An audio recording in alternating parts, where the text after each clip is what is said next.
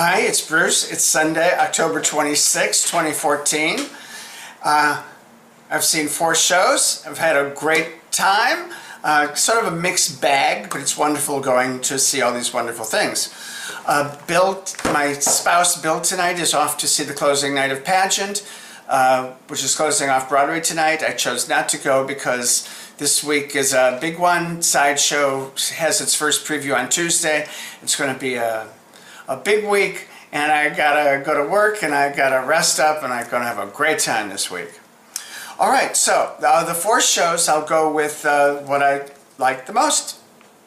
You Can't Take It With You, which is now at the Longacre Theater. It's The Old Chestnut by Kaufman and Hart, and it's a lovely production directed by Scott Ellis. It's got an all-star cast: James Earl Jones, Rose Byrne, Annalee Ashford, Reg Rogers, Christine Nielsen, Elizabeth Ashley, and a young new actor named Will Brill. It's pretty much a fun, laugh-filled revival, though I think the weakest part of the revival, unfortunately, is the casting of James Earl Jones, although the audience seemed to eat him up. I much preferred the rest of the cast. It didn't hurt the show for me as much as it just didn't maybe take it to the highest level it could be. However, the rest of the cast is amazing, and James Earl Jones was very good. I just think there was something slightly askew with him. What did surprise me was Rose Byrne, who I'd seen in 5 seasons on TV of Damages, the TV series starring Glenn Close, and I never cared for Rose Byrne too much in that show. And it turns out I loved her in this. She was delightful, and she was comedic, and she was lovely.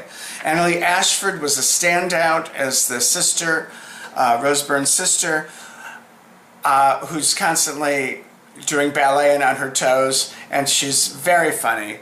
Reg Rogers is the ballet teacher, the Russian eccentric ballet teacher who comes in, who's hysterical. Christine Nielsen is the mother of the house, and she's wonderful. She uses all her Christine Nielsenisms, and she's delightful and really makes you laugh. Will Brill is a young actor who I'm not real familiar with, plays Annalee Ashford's husband, and is a comic genius. I'm sure that Scott Ellis had a lot to do with this, but just wonderful. And Elizabeth Ashley as Countess Olga, who comes in to the 3rd act. In a 1980s revival, I saw Colleen Dewhurst take this small role on. And Elizabeth Ashley comes on, and she simultaneously eats the scenery and sort of chokes on it a little. That doesn't mean I didn't love her. I love my Elizabeth Ashley. So there could be maybe a better actress for this. I'm not sure, but I always love seeing Elizabeth Ashley. I've loved her since I was a teenager. So I was happy. So I do recommend You Can't Take It With You. I also kind of recommend The Country House, starring Blythe Danner. It's a new play by Donald Margulies, and it's about a theatrical family in their country house outside the Berkshires, where Blythe is a major theater actress who's always playing something at the Berkshires. And she's joined by her theatrical family and by an invited guest, David Sunjata, who plays a character who's started in theater but has made a fortune and done very well in a television sci-fi show. He's come back to do a play in Williamstown, and Blythe Danner has invited him into her home.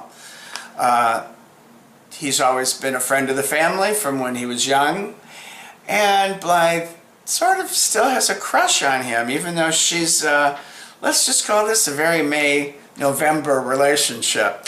But Daniel may not quite know that.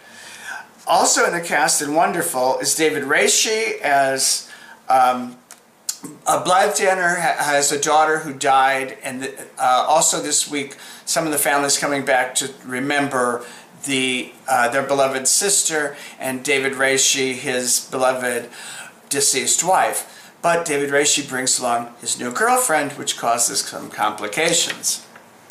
Sarah Steele plays the granddaughter, the daughter of the deceased daughter, and she's wonderful in the part. And Eric Lang plays the brother, who never quite made a success of himself theatrically. He's decided to write a play and have them all read it. Of course, that could go very askew. So I liked it because the theatricality of it all, the performances, the set's lovely. I'd say 3 stars out of 4. If you love Blythe Danner and you want to see a new play about a theatrical family, it's really very good. Another new play at the Mitzi Newhouse at Lincoln Center is by Sarah Ruhl, The Oldest Boy. A very intriguing play. I have to say not all the audience cared for it. I could hear a lot of comments going out. We saw a preview, people not quite caring for it. 4 of us went and we all really quite liked it. It stars Celia Keenan Bolger, who's married to a Tibetan man who has fled at a young age Tibet when the Chinese took over, and has made himself at home in America opening a restaurant. He's played by James Yagashi, and a wonderful performance by him. Okay, so this is a sort of strange play. Celia's at home, the doorbell rings, in come a couple Tibetan monks. She thinks her husband must know them. Turns out he doesn't quite know them. They have heard of their 3-year-old child, who seems to be a reincarnation of those Tibetan monks' teacher, one of their lamas, who has taught them and has been reincarnated back into this 3-year-old child. They have come to see if they can take the child back to Tibet and raise him in a monastery. What I liked about this play is the child is played by a puppet. There's a puppeteer who does his voice, and another puppeteer that maneuvered the little boy all over, and so it's sort of a war horse for a little child. Instead of war horse being a giant horse, it's a little 3-year-old puppet. Very interesting and intriguing. She has to decide how much of her child she thinks she can part with. Can she take him for the greater good of a whole religion?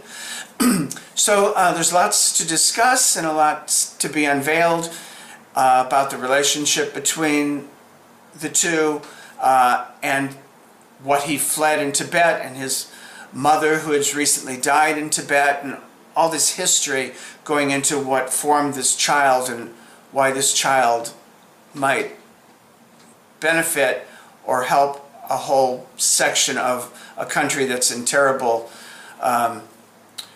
array, because most of these Tibetans had to flee Tibet and are now in India. So that's the juxtaposition of all the things going on in The Oldest Boy, and we found it quite interesting. Now, I'd like to say I love this play a lot. The Last Ship. It's a new musical by Sting with a book by John Logan and Brian Yorkie, directed very lovely by Joe Mantello, a very lovely direction. A great set, great cast, which includes Michael Esper, Rachel Tucker, Jimmy Nail, Fred Applegate, Aaron Lazar, and a young actor named Colin Kelly Sordelais, who I really liked. I liked a lot of the score. A couple songs got a little repetitious. The Last Ship, for one, they sing quite a bit. And We Got Nout, which means basically we've got nothing, is sort of repeated to death, although you do wind up humming it when you leave. What I didn't care for too much in this play is the book, the story. Sting said it's an allegory, but it just plays not realistically. I know an allegory isn't real, but it's set in a very real time. It's set a while ago in a small town in England that made all its money from shipbuilding. The shipbuilding is now defunct. They've stopped building ships. The shipyard was bought by a conglomerate. They're going to open, I think, basically a junkyard, a steel metal conglomerate where you get junk, or it was kind of unclear, but obviously it's not shipbuilding anymore. Aaron Lazar was a young shipbuilder also, and he left the industry, which there was nothing left to leave, but he went to work with these new people who are starting this new factory or junkyard, repurposing metal or whatever they're going to do, and he's back to recruit people to work for them. Now, they won't get as big of a salary, but they'll have a job. But none of the old shipbuilders want to take these jobs. They just want to sit in the pub because their fathers were shipbuilders and they're shipbuilders and their grandfathers were shipbuilders, and they'd just rather sit and complain than take a job. But, you know, it's about an industry that doesn't want them anymore. So I think I missed some of the feeling that they might have had. Along comes the priest, the village priest, at the pub, of course. The good priest always drinks with the people at the pub. And he comes up with this idea of building a ship. They're going to invade the shipyard, buy all these things to build a ship. They're going to make the last ship, and they're going to sail it up the river or out the ocean or wherever they're going to sail it on the tide, and then they'll come back and they'll prove that they're shipbuilders. And of course it won't do them any good because there's no shipbuilding, but it'll give them a sense of purpose or something. So they accomplish this, they all leave, the women are happy, yay, the ship gets built, they sail away. I don't know when they're coming back, they're not going to have any money. I found it a little problematic. In between all of this, Michael Esper, who left when he was young, 15 years ago, he left the town because he didn't like shipbuilding and he didn't like the town and he didn't get along with his father. He comes back to find his one true love, Meg, now dates Aaron Lazar, whose name is Arthur, who's the guy who's trying to hire all the shipbuilders, and all the shipbuilders hate Arthur because he's the sellout. However, Aaron Lazar is the only one who's working and trying to make a living. He loves Meg. Meg sees Michael Esper, Gideon, come back, and she's troubled because she used to love him. Turns out she has a 15-year-old son. How did that happen? Michael Esper didn't know about it. There's complications. Who does Meg choose? Is the son going to go out on the ship with the father? Are they going to reconcile? Will the ship come back? Will anyone have any money to buy any beer at the pub when this is all done? I didn't care. I feel really bad because I love Sting. I've always loved Sting, and I just wasn't crazy about this musical. Very good direction, very good cast. Some of the music is good, and the audience seemed to like the show a lot more than I did. So that said, I'm not really going to recommend it. I give it 2 stars for effort. It's a noble effort by Sting.